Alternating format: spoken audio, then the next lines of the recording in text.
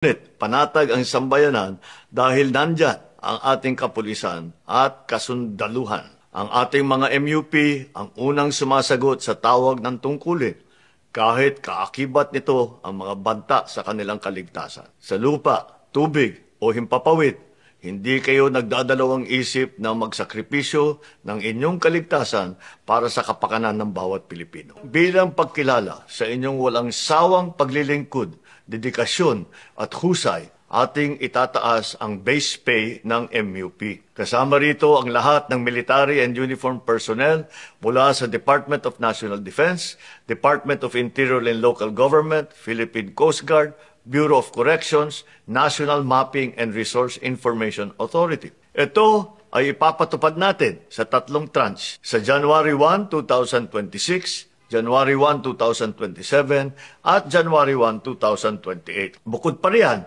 simula January 1, 2026, ang subsistence allowance ng lahat ng MUP ay magiging 350 pesos na kada araw. Naniniwala ang administrasyong ito na ang mga nagtatanggol sa bayan ay nararapat ring protektahan ng pamahalaan.